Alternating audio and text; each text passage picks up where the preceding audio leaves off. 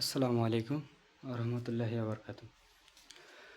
আপনারা বোর্ডে দেখতেছেন নবম ও দশম শ্রেণীর রসায়নের একটি তৃতীয় অধ্যায় পদার্থের গঠন। এটির প্রথম যে বিষয়টি রয়েছে সেটি হলো মৌলিক পদার্থ কোনটি এবং যৌগিক পদার্থ কোনটি।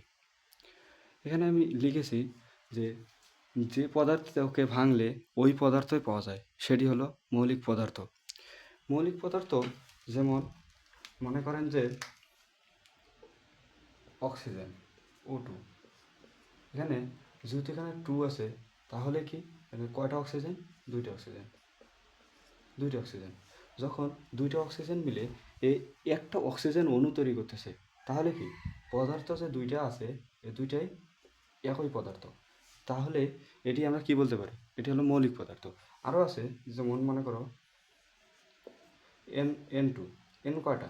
N হলো পদার্থ দুইটাই হলো একই রকমের, তাহলে O2, N2, হ্যাঁ, তারপর কার্বন আছে,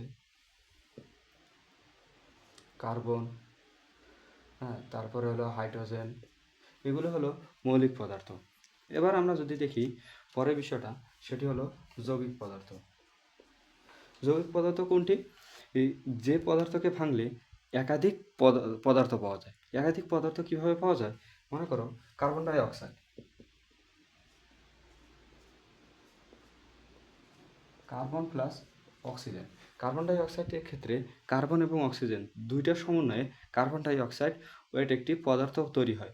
তাহলে যখন কার্বন একটি আলাদা পদার্থ এবং অক্সিজেন একটি আলাদা পদার্থ, যখন দুইটি আলাদা পদার্থ একত্রিত হয়ে একটি নতুন পদার্থ তৈরি করে সেটি মূলত যৌগিক পদার্থ। আরও আছে যেমন H2O, পানি। হাইড্রোজেন এবং অক্সিজেন মিলে হয় H2O, পানি তৈরি হয়। তাহলে কি হাইড্রোজেন একটি আলাদা পদার্থ, অক্সিজেন একটি আলাদা পদার্থ, দুইটি একাধিক পদার্থ। একাধিক বলতে কি বুঝি? এখানে দেখো বলা হয়েছে যে একাধিক পদার্থ মানে কি? একের অধিক ভিন্ন পদার্থ। একের অধিক যখন ভিন্ন পদার্থ যুক্ত হবে তখন এটি হবে যৌগিক পদার্থ। আশা করি বুঝেছ। এবার যদি আমরা দেখি অণু এবং পরমাণু কোনটি, এবার আমরা দেখব অণু ও পরমাণু। পরমাণু বিষয়টা হলো অতি ক্ষুদ্র জিনিস।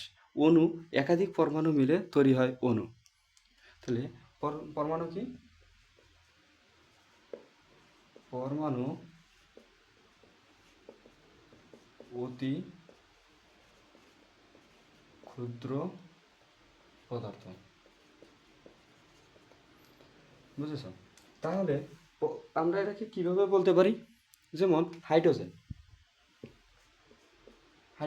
একাই একটি, সেক্ষেত্রে হাইড্রোজেন একটি ক্ষুদ্র অণু। তাহলে এটা কি? এটি একটি পরমাণু, ক্ষুদ্র পরমাণু, ক্ষুদ্র পদার্থ। হ্যাঁ, আবার মনে করো এটা একটি হাইড্রোজেন, তারপরে অক্সিজেন, কার্বন, বেরিলিয়াম, ব্রোন, এগুলো হলো পরমাণু। এবার যদি আমরা বলি অণু কোনগুলো? একাধিক পরমাণু মিলে হয় অণু। একাধিক পরমাণু মিলে হয় অণু। তাহলে একাধিক পরমাণু কোনটা? যেমন অক্সিজেনের একটি হলো O, এটার সঙ্গে যদি আমরা আরেকটি অক্সিজেন যোগ করি তাহলে কি হয়ে যাবে? O2, এটা হলো অণু। এটা কি? অণু। তারপরে কার্বন একাই একটি কিন্তু পরমাণু। একাধিক কার্বন যখন যুক্ত করা হয় তখন এটা কি হয়ে যায়? পরমাণু। তারপরে মনে করো যে হাইড্রোজেন, একাধিক হাইড্রোজেন যোগ করে কি হয়ে যায়? অণু। এগুলো হলো অণু।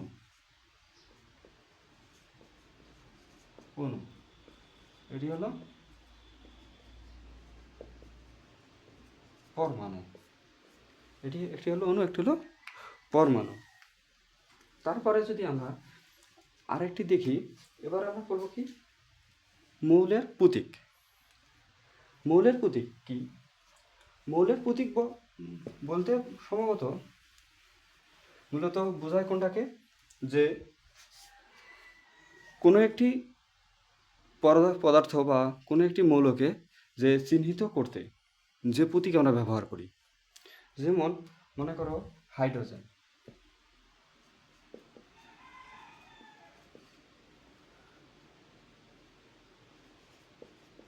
হাইড্রোজেন হাইড্রোজেনকে আমরা চিনি কোনটি দ্বারা?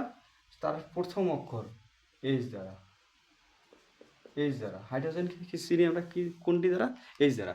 হাইড্রোজেনকে দ্বারা চিনি, তার মানে কি হাইড্রোজেনের প্রতীক হলো H।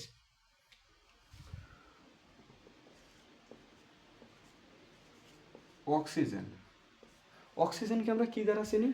O দ্বারা। তার মানে কি অক্সিজেনের প্রতীক কি? এগুলো হলো প্রতীক।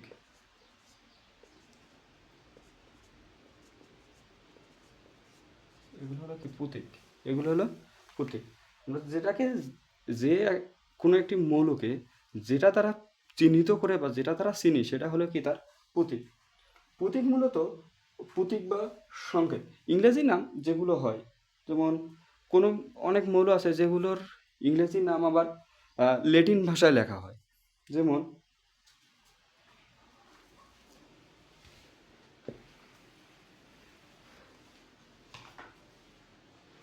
আমরা সোডিয়াম চিনি।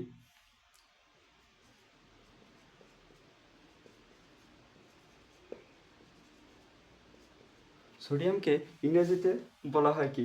সোডিয়ামকে ইংরেজিতে বলা হয় নেট্রিয়াম।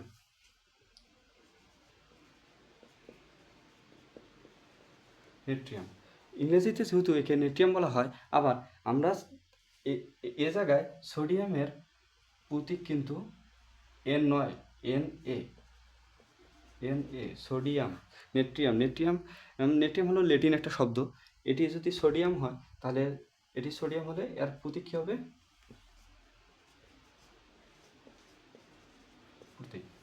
এখন এটি প্রথম একটি প্রতীক লেখার প্রথম একটি শর্ত হলো, এটি ইংরেজি বর্ণমালার প্রথম যে অক্ষরটি হবে, নামের শুরু যে প্রথম অক্ষরটি, সেটি হলো তার প্রতীক।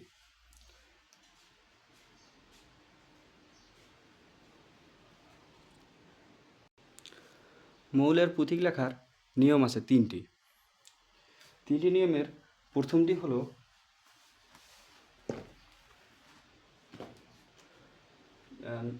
এক নম্বর নিয়মে কি আছে, যে এটি হবে একটি ইংলিশ শব্দ, এবং ইংলিশ যে শব্দ হবে, ইংলিশ শব্দের প্রথম অক্ষরটি হবে তার প্রতীক। তাহলে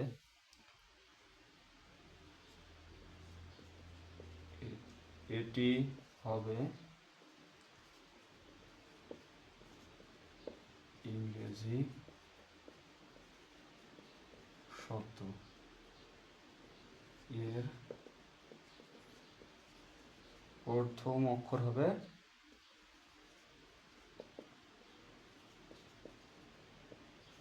তার কি? প্রতীক।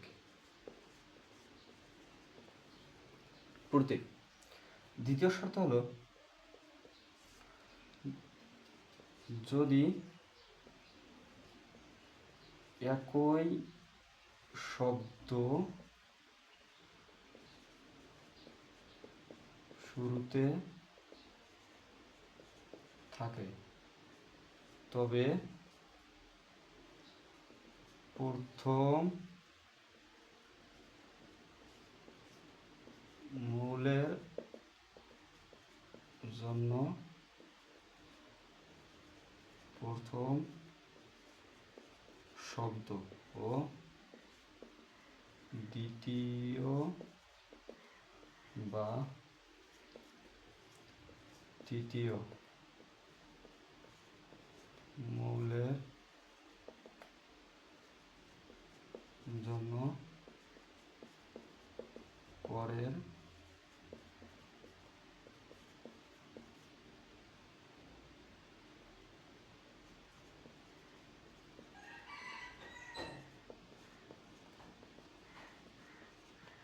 যোগ করতে হবে।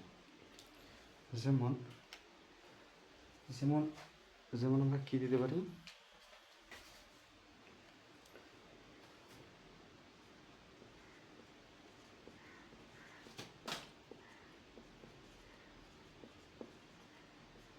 নাইট্রোজেন।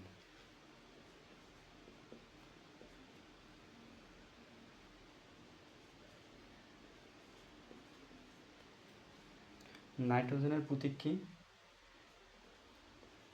এন।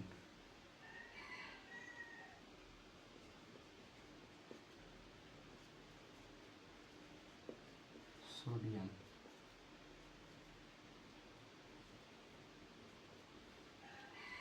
এর নাম কি? নেট্রিয়াম।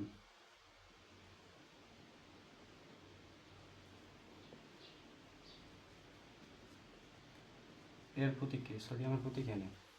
দেখো, যেহেতু নাইট্রোজেন এবং সোডিয়াম দুইটারে শুরু এন দ্বারা, প্রথম নাইট্রোজেন হলো 7, সোডিয়াম হলো 11। যেহেতু এটা প্রথম, এটা কি প্রথম, বলা হয়েছে কি প্রথম মৌলটির জন্য প্রথম শব্দ, প্রথম মৌলটির জন্য কি শুধু এন। বুঝতে পারো, দ্বিতীয় বা তৃতীয় মৌলের ক্ষেত্রে পরের শব্দ যোগ করতে হবে। সোডিয়াম, পরের শব্দ কি? এ, তাহলে এন এ প্রতীক। তৃতীয় যেটি শর্ত, সেটি হলো কিছু কিছু মৌল আছে যেগুলোকে ল্যাটিন নাম থেকে নেওয়া হয়।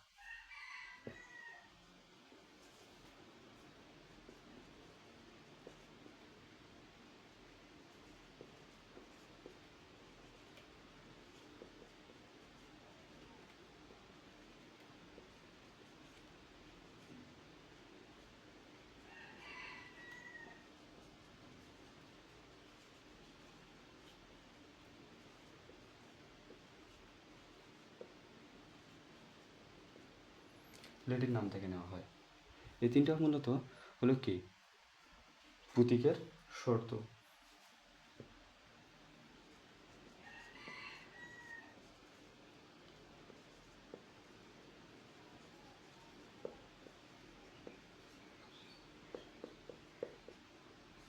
পুঁথি লেখার শর্ত এভাবে লিখতে হবে।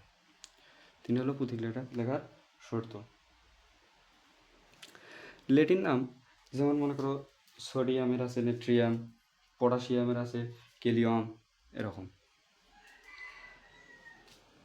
হ্যাঁ, তারপরে আমরা শিখব সংকেত কিভাবে লেখে। সংকেত, সংকেত কোনগুলোকে বলবো?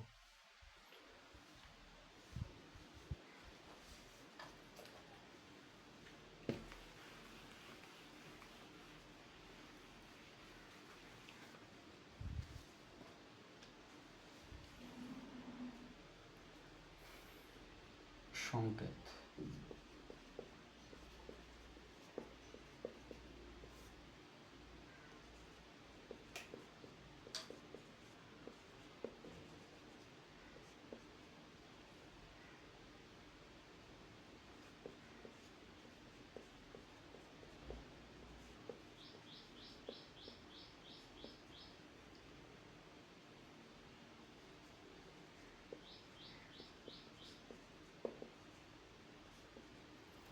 সংকেত কোনগুলোকে বলবো? এগুলো তো না, সোডিয়াম, অ্যামোনিয়া, ক্লোরিন, এগুলো তো না।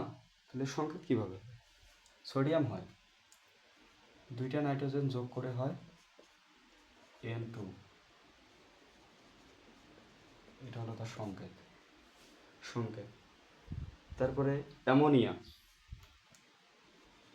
নাইট্রোজেন এবং হাইড্রোজেন তিনটা, এদিক দিয়ে তৈরি হয় কি অ্যামোনিয়া। ক্লোরিন, ক্লোরিন একটা অণু, দুইটা অণু মিলে তৈরি হয় ক্লোরিন। এগুলো কি সংকেত, এগুলো মনে রাখতে হবে। তারপরে মনে করো সালফিউরিক অ্যাসিড,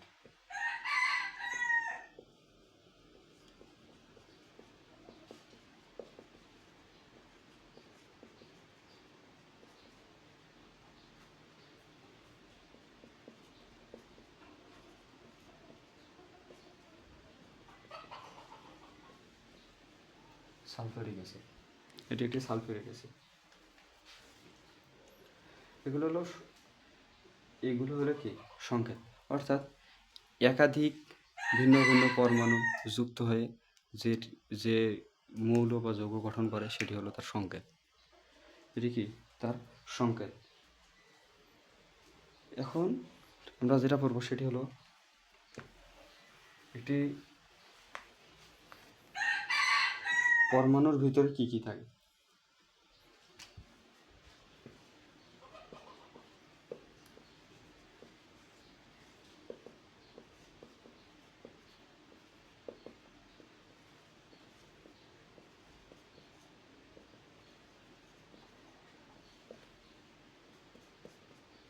একটি পরমাণুর ভিতরে কি কি থাকে, মূল প্রশ্ন হলো এটাই। পরমাণুর ভিতরে তিনটি বিষয় থাকে, তিনটি জিনিস থাকে। সেটি পরমাণুর ভিতরে থাকে হলো ইলেকট্রন,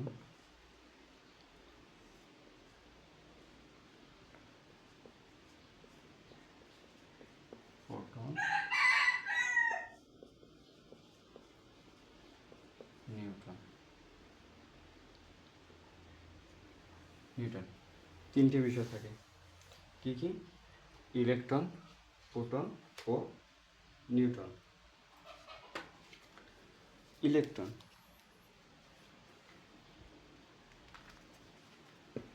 তার আমরা শিখব ইলেকট্রন কি।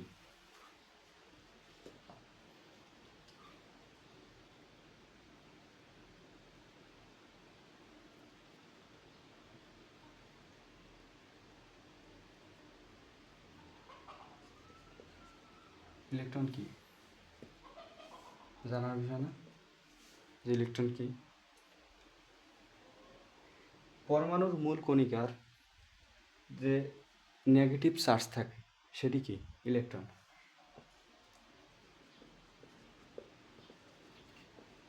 পরমাণুর মূল কণিকায় যে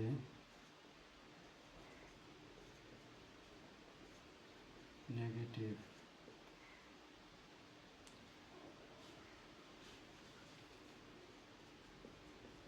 চার্জ থাকে তাই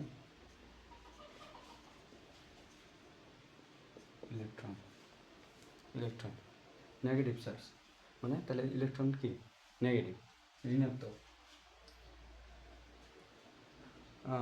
এর সম্পর্কে আরও জানি। একে কী দ্বারা প্রকাশ করা হয়? একে ই দ্বারা প্রকাশ করা হয়। একে কী দ্বারা প্রকাশ করা হয়? ই দ্বারা প্রকাশ করা হয়। আরও আছে, এর একটা আধান আছে, এর আধান ঋণাত্মক। ওই বলেছিলাম নেগেটিভ, নেগেটিভ মানে কি? ঋণাত্মক। এর একটি আধানের মান রয়েছে, আধানের মান। তাহলে কি লেখা যায়? এর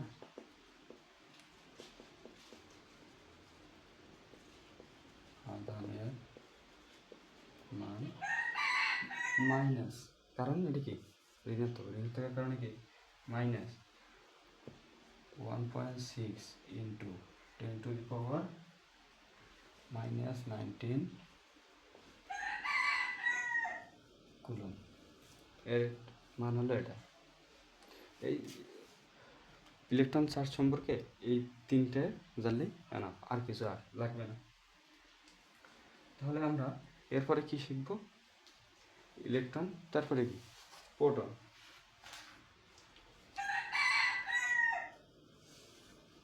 প্রোটন আবার পজিটিভ চার্জ।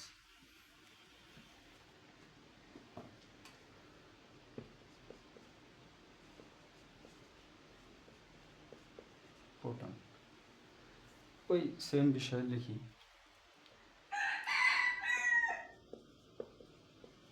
পরমাণুর মূল কণিকায় যে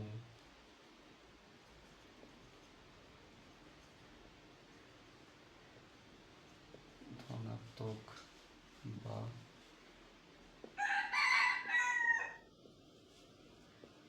পজিটিভ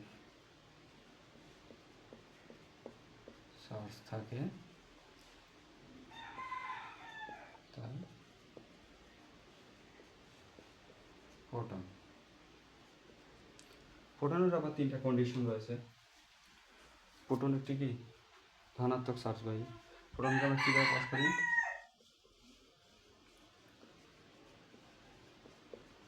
প্রোটনকে পি দ্বারা প্রকাশ করা হয়।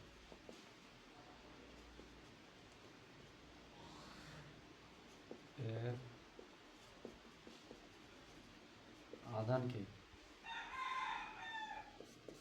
ধনাত্মক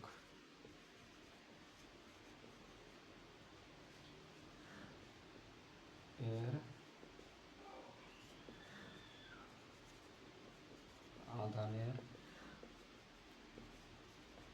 পরিমাণ, ওটা ছিল মাইনাস, কি ইলেকট্রন ছিল কি ইলেকট্রন ছিল ই নেগেটিভ, আর কি মান ছিল কি 1.6 কুলম। ঋণাত্মক মান এটা হলো পজিটিভ।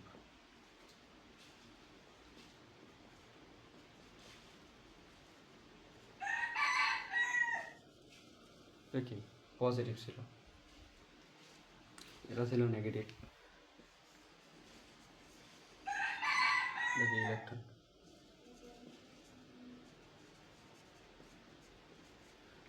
ইলেকট্রন কি ছিল নেগেটিভ চার্জ, তাহলে এটা কি প্রোটন কি পজিটিভ চার্জ। ইলেকট্রন ছিল ঋণাত্মক, প্রোটন হলো ধনাত্মক। ইলেকট্রন কি দ্বারা প্রকাশ করা হয়? প্রোটনকে পি দ্বারা প্রকাশ করা হয়। আরও একটি, সেটা হলো নিউট্রন। আরেকটা কি আছে? নিউট্রন।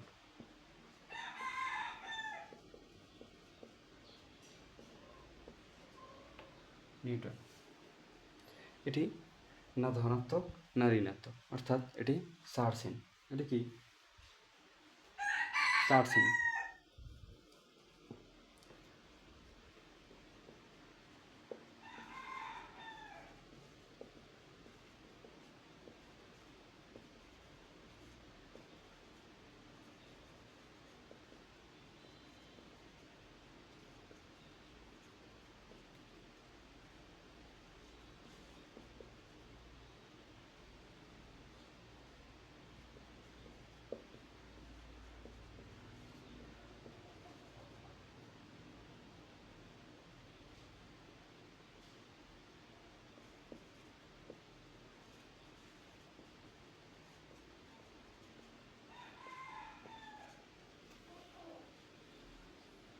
সেটি কি নিউট্রন। সেটি হলো চার্জহীন যে পরমাণু থাকে সেটি হলো নিউট্রন।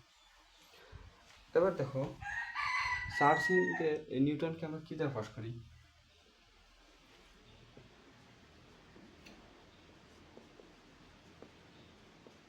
নিউট্রনকে এন দ্বারা প্রকাশ করা হয়।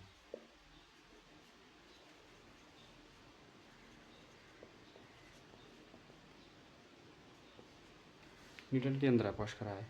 এটির আধান নাই, এর আধান চার্জহীন, মানে না পজিটিভ না নেগেটিভ। যেমন ইলেকট্রন হলো নেগেটিভ, প্রোটন কি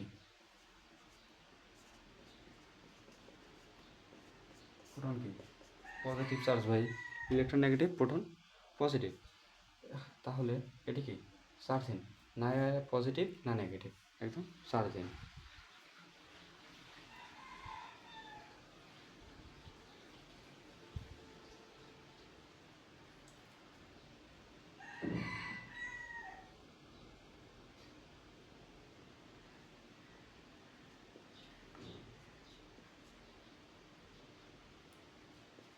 এর আধানের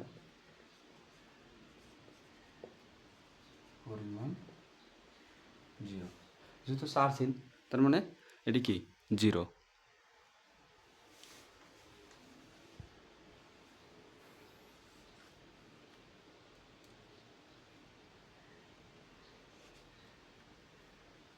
এবার আমরা শিখব পারমাণবিক সংখ্যা।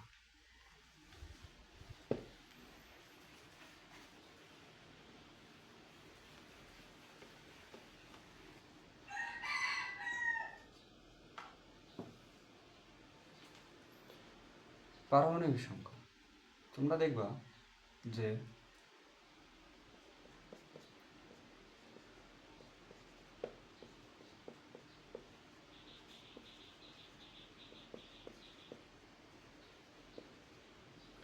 পারমাণবিক সংখ্যা কোনটা, মনে করো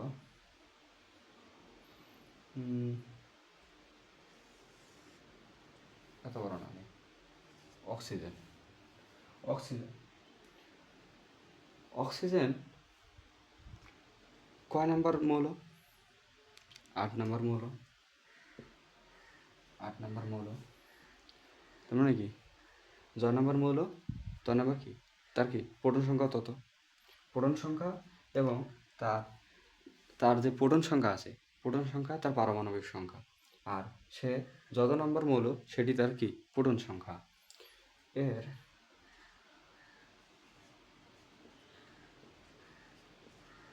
প্রোটন সংখ্যা, কোনো মৌলের প্রোটন সংখ্যা হলো কি তার পারমাণবিক সংখ্যা।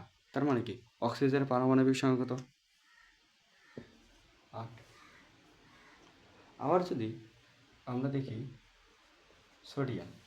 সোডিয়াম কত নম্বর মৌল? 11 নম্বর মৌল। 11 নম্বর মৌল হওয়ার কারণে তার প্রোটন সংখ্যা কত? প্রোটন সংখ্যা। তাহলে তার পারমাণবিক সংখ্যা কত? তার পারমাণবিক সংখ্যা 11। আরও যদি দেখি কার্বন কত নম্বর মৌল? 6 নম্বর মৌল। তাহলে এর প্রোটন সংখ্যা কত? 6 তার প্রোটন সংখ্যা। পারমাণবিক সংখ্যা কত? ঠিক সেম, 6 তার পারমাণবিক সংখ্যায়। এবার আমরা দেখি পারমাণবিক সংখ্যাকে কী দ্বারা প্রকাশ করা হয়?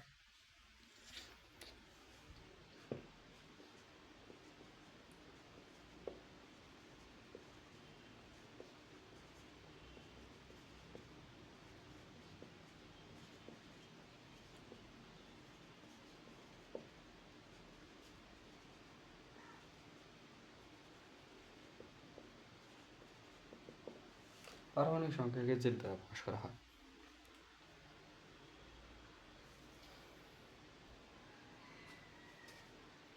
বুঝছো? কিছু নেই এগুলো। সেগুলো ভর সংখ্যা। পারমাণবিক সংখ্যা তো বললাম না, যে প্রোটন সংখ্যা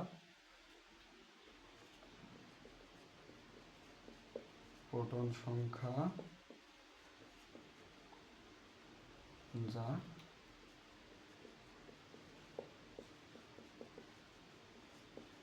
পারমাণবিক সংখ্যা তা প্রোটন, একটা মূলে প্রোটন সংখ্যা যা তার পারমাণবিক সংখ্যা তাই। আর সে কি ভর সংখ্যা।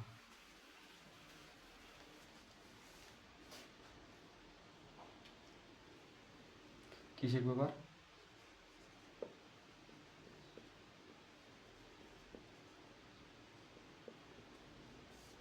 ভর সংখ্যা।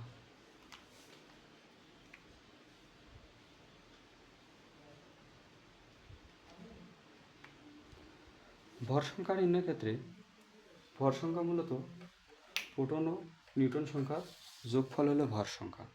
কি প্রোটন ও নিউট্রন সংখ্যার যোগফল কি ভর সংখ্যা। প্রোটন যোগ নিউট্রন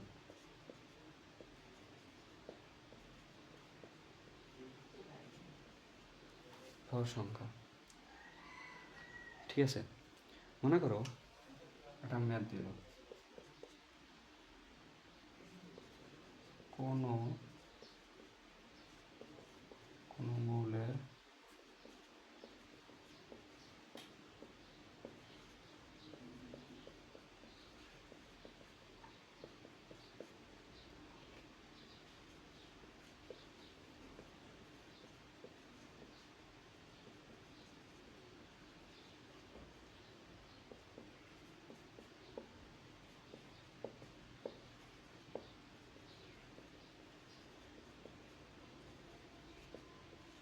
কি দিবা, ভর সংখ্যা নেওয়ার কথা বলছে। ভর সংখ্যা, আমরা ভর সংখ্যা সমান কি জানি, প্রোটন এবং নিউট্রন। ভর সংখ্যাকে কি দ্বারা প্রকাশ করা হয়, ভর সংখ্যাকে এ দ্বারা প্রকাশ করা হয়, মাস নাম্বার এ ইকুয়াল, এটা কি পি এবং N, P plus N. P proton সংখ্যা কত, 11, যোগ নিউটন সংখ্যা কত, 12, তাহলে ভর সংখ্যা 23। এবার যদি তোমাকে বলে যে প্রোটন সংখ্যা এবং নিউটন সংখ্যা দেওয়া আছে, ভর সংখ্যা নির্ণয় করো এবং এটি কোন মৌল তা নির্ণয় করো, তখন কি দিবা, প্রোটন সংখ্যা কি তার পারমাণবিক সংখ্যা, আর প্রোটন সংখ্যা কি, প্রোটন সংখ্যা হলো সে কত নম্বর মৌল সেটা জাস্টিফাই করা যায় প্রোটন সংখ্যার মাধ্যমে। তাহলে প্রোটন সংখ্যা যদি 11 হয়, তাহলে কার মান 11 ও এবং কে 11 নম্বর মৌল, 11 নম্বর মৌল হলো কে, সোডিয়াম। সোডিয়াম হলো 11 নম্বর। যদি সোডিয়াম 11 নম্বর মৌল হয়, আমরা এটা জিনিস মাথায় রাখবা যে কোনো একটি প্রতীকের নিচের দিকে থাকে কি প্রোটন বা পারমাণবিক সংখ্যা, উপরে থাকে তার ভর সংখ্যা।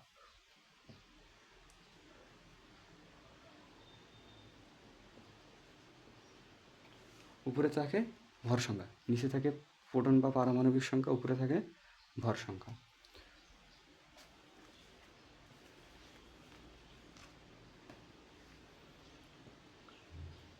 মনে করো এক্স একটা মৌল, এক্স একটা কি মৌল, এর নিচে থাকে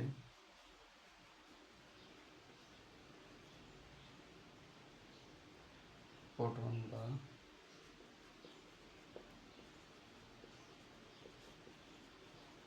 পারমাণবিক সংখ্যা,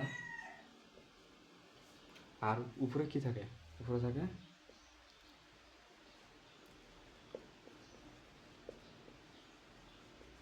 ভর সংখ্যা। নিচে থাকে প্রোটন বা পারমাণবিক সংখ্যা, উপরে থাকে ভর সংখ্যা।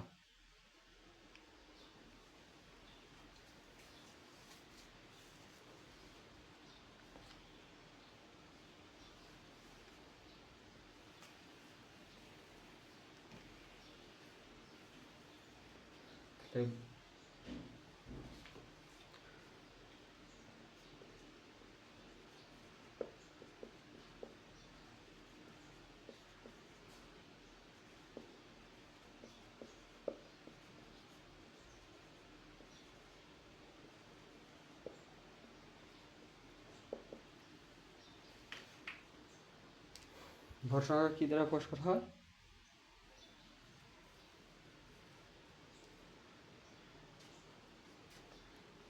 ভর সংখ্যা কি দ্বারা প্রকাশ করা হয়, এ দ্বারা।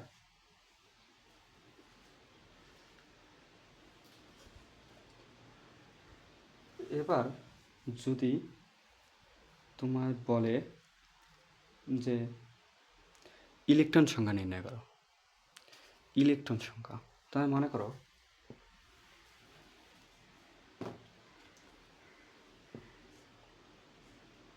লিথিয়াম, উপরেটা কি,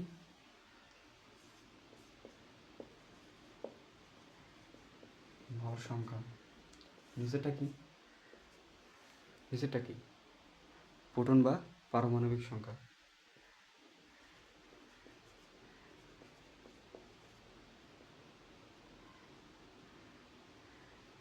প্রোটন বা পারমাণবিক সংখ্যা, প্রোটন বা পারমাণবিক সংখ্যা। যদি বলে এখানকার ইলেকট্রন সংখ্যা কোনটা, দেখো একটা মৌলে যতগুলো প্রোটন থাকে সেটি তার ইলেকট্রন সংখ্যা, সেটি যেমন পারমাণবিক সংখ্যা সেটি তেমন প্রোটন সংখ্যাও, সেটি আবার তার ইলেকট্রন সংখ্যা। তার মানে কি লিথিয়ামে ইলেকট্রন কটা আছে? 3টা ইলেকট্রন আছে। এটি অবশ্য পরে তোমরা ভালো বিস্তরভাবে বুঝতে পারবা পরে যখন বোঝাবো।